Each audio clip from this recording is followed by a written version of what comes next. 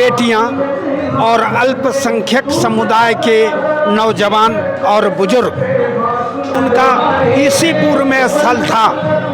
वहाँ पर उसने एक मंदिर का, छोटा सा मंदिर का निर्माण कराया। यह जमीन उन्हीं के थी। ये जो कल्लू लाट जी सबसे नमस्कार, मैं Amrendra Tiwari all time public India पर आप सभी का स्वागत करता हूं। दोस्तों, इस वक्त हम हैं पीरपैंती प्रखंड के ईसीपुर में, ईसीपुर काली मंदिर प्रांगण में हम इस वक्त खड़े हैं और बातचीत करने का हम प्रयास करेंगे मनोहर सर से, जो पिछली बार भी इन्होंने मेला यहाँ पर लगा हुआ है काली पूजा के संदर्भ में। आपको यहाँ के काली मंदिर की दिव्यता और भव्यता हम पहले भी आपको दिखा चुके हैं, बता चुके हैं। बड़ा ही दिव्य यह जगह है। सर से हम पूछते हैं, सबसे पहले तो ये बताइए कि परंपरा जो यहाँ पर है, पौराणिक दृष्टिकोण से कितना महत्वपूर्ण यह जगह है और किस तरीके से यहाँ पर परंपरा की शुरुआत हुई मेला को लेकर और पूजा को लेकर? देखिए, असल में ईसीपुर काली मंदिर इस इलाके का एकमात्र काली मंदिर है जो सबों के श्रद्धा का केंद्र है। इस स्थल पर इस इलाके के जितने भी पूरे पंचायत हों या झारखंड एरिया से भी सारे श्रद्धालु माताएं और श्रद्धालु जन यहाँ आगमन करते हैं और श्रद्धा से पूजा पाठ करते हैं। यूँ तो दुर्गा पूजा कई विलेज में मनाए जाते हैं, लेकिन काली पूजा एक ईसीपुर एक ऐसा मंदिर स्थान है जहाँ की सभी लोग एक साथ मनाते हैं। इस मंदिर की एक व्यवस्था है कि यहाँ अल्पसंख्यक समुदाय के माता, बेटियाँ और अल्पसंख्यक समुदाय के नौजवान और बुजुर्ग समस्त हिंदू समाज के साथ एक साथ बैठकर इस मंदिर की संपूर्ण व्यवस्था को संभालते हैं और अपना योगदान देते हैं। यह मंदिर लगभग 112 वर्ष पुराना मंदिर है। दस्तावेज देखने से पता चलता है कि यह मंदिर पहले प्राचीन काल में हमारे ईसीपुर समाज के मारवाड़ी समाज में कुछ ऐसे प्रतिष्ठित परिवार बसे थे अंग्रेजों के शासन काल में, जिसमें इस मंदिर के साथ उल्लेख करता हूँ एक कल्लू लाट परिवार का। ये कल्लू लाट परिवार का ये स्थल है। यहाँ की ज़मीन थी और उनको कोई भी औलाद नहीं था। उनको जब स्वप्न दिया गया कि आप काली मंदिर, काली की अर्चना और पूजा करो और काली मंदिर का निर्माण कराओ, तो कल्लू लाट ने अपने इस स्थल पर, जो उनका ईसीपुर में स्थल था, वहाँ पर उसने एक मंदिर का, छोटा सा मंदिर का निर्माण कराया। यह जमीन उन्हीं के थी। ये जो कल्लू लाट जी सबसे पहले मतलब यहीं पर उन्होंने शुरुआत? जी हाँ, यहीं के बासिंदा थे वो कल्लू लाट, और यहीं के बासिंदा होने के नाते वो मना औलाद विहीन थे और उनको स्वप्न आया कि आप काली माँ की आराधना कीजिए। तो उन्होंने अपने इस स्थल पर इस मंदिर का निर्माण कराया गया। बहुत छोटा मंदिर था यह, और यह आज जो इतना बड़ा ब्रॉड रूप आप देखते हैं, इसका एक कारण है। कल्लू परिवार को जब औलाद की प्राप्ति हुई तो लाठ परिवार ने इस मंदिर का निर्माण कराया। कालांतर में उन्हीं के द्वारा इस मंदिर का पूजा पाठ होता रहा था, लेकिन ईसीपुर ग्राम के प्रमुख परिवार जो मुकद्दम परिवार के नाम से विख्यात है, उस परिवार के एकमात्र वारिस, एकमात्र मालिक थे बाबू बंगाली राम। उनके आग्रह पर, उनके कहने पर या उनके रुतबे के अंदर मारवाड़ी समाज के लोगों ने उन्हें इस मंदिर के देख रेख का भार लगभग थोड़ा थोड़ा क्रम से देने लगे। कालांतर में ये हुआ कि इस मुकद्दम परिवार के समस्त लोगों ने, चाहे वो माना कम से कम 70 फरीक का यह मुकद्दम परिवार है, 70 फरीक हैं इस मुकद्दम परिवार में। तो इस मुकद्दम परिवार की दबंगता के चलते इस मंदिर का देख रेख समूचा इन लोगों ने अपने अधीन ले लिया। और लाठ परिवार एक व्यवसायी व्यक्ति होने के नाते विवाद में पड़ना अच्छा नहीं समझा और उन्होंने इससे किनारा कर लिया। अब अभी जो है जो मेला, यहाँ पर मेला की जो परंपरा है वो कब से शुरू? वर्षों से मेला की परंपरा ये 112 वर्ष से लगभग चल रहा है। छोटा मेला था, बड़ा मेला था, आज इतना बड़ा मंदिर इस मुकद्दम परिवार के सभी नौजवानों के सहयोग से, यानी बुजुर्गों के सहयोग से नहीं, नौजवानों के एक सूत्र में बंध जाने के कारण इस मंदिर के निर्माण में हम समझते हैं कि लगभग 1 करोड़ रुपये संचित किए गए और उस 1 करोड़ रुपये से यहाँ के ईसीपुर के मुकद्दम परिवार के नौजवानों ने इस मंदिर का अपने कुवत पर निर्माण कराया। और इस मंदिर का संचालन नौजवान अभी अपने हाथ में रखते हैं।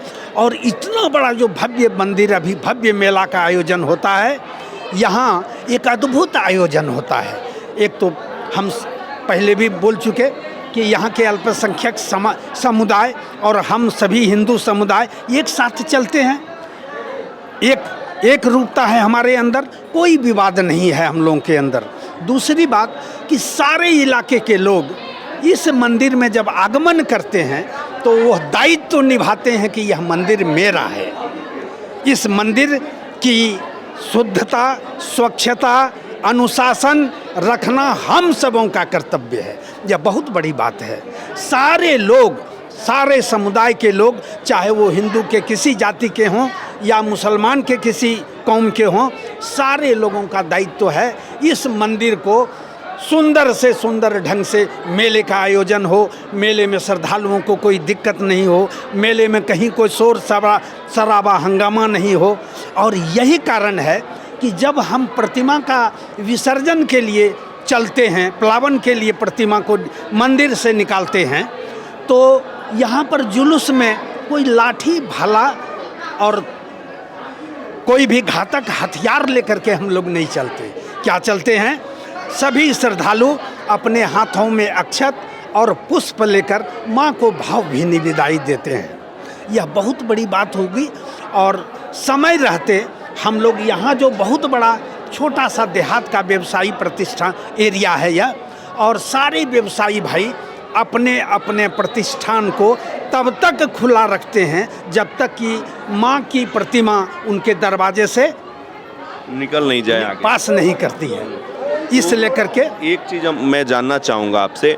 आपने कहा कि मेला के बारे में आपने जिक्र किया, आर्थिक दृष्टिकोण से, चूँकि यहाँ पर मेला में बहुत सारे ऐसे दुकानदार लगाते हैं और उनको कुछ इनकम भी होता है, तो कितनी उपयोगिता है? क्योंकि आजकल ये चर्चा का विषय बना हुआ है, खास करके अब चूँकि आज काली पूजा को लेकर, आपने कहा कि दुर्गा पूजा को लेकर बहुत जगह मेला लगता है, लेकिन काली पूजा को लेकर जो है अपने आसपास के इलाकों में बहुत कम जगह, तो कितना इसके लिए आप देखते हैं इसको उपयोग? देखिए, आर्थिक दृष्टिकोण से यहाँ मेले में जो दुकानदार दुकान लगाते हैं उनके क्षमता के अनुसार वो राशि कंट्रीब्यूट करते हैं कमेटी को। उन पर कोई दबाव नहीं रहता है कि आपको इतना राशि देना है, इतना राशि देना है।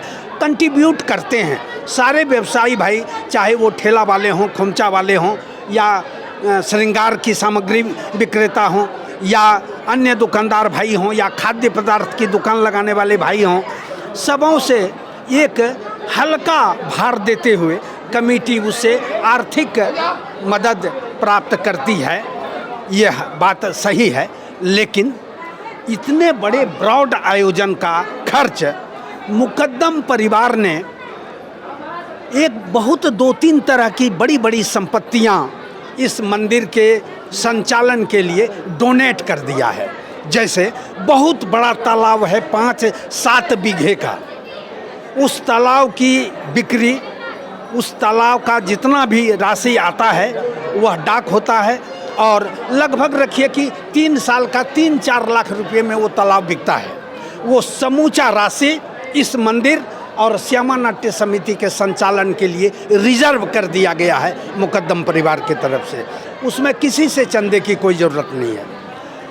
इस मंदिर के और संचालन के लिए मंदिर के ठाकुरबाड़ी पोर्शन का, जैसे यहाँ काली मंदिर है उसी तरह इस परिवार का एक ठाकुरबाड़ी पोर्शन है, ठाकुर जी के मंदिर है।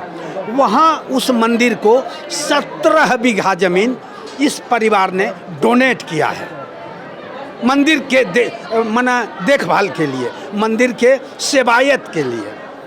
सामूहिक परिवार ने, मुकद्दम परिवार ने 17 बीघा ज़मीन डोनेट किया है।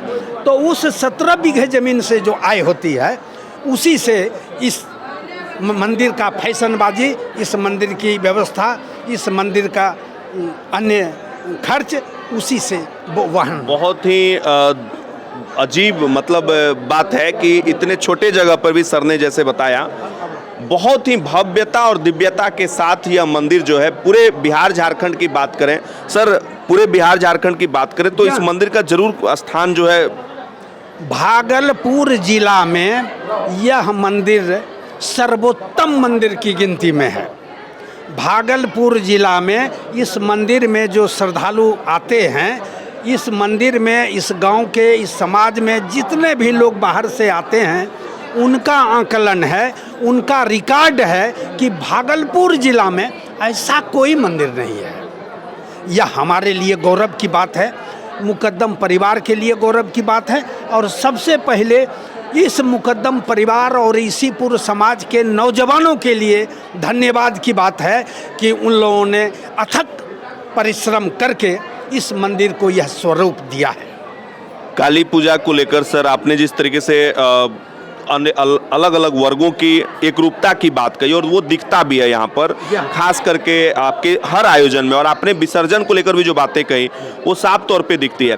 काली पूजा को लेकर क्या संदेश देना चाहेंगे हमारे दर्शकों को? कोई संदेश नहीं है, संदेश यही है कि इस नगर का एकमात्र काली मंदिर है। यह मंदिर सबों के हृदय में व्याप्त है। सभी श्रद्धालु इस मंदिर में पूजा अर्चना के लिए आएं। यहाँ का समाज, यहाँ इसीपुर के सभी जाति के लोग, सभी श्रद्धालुओं के हार्दिक स्वागत के लिए हमेशा खड़ा है, हमेशा खड़ा रहेगा।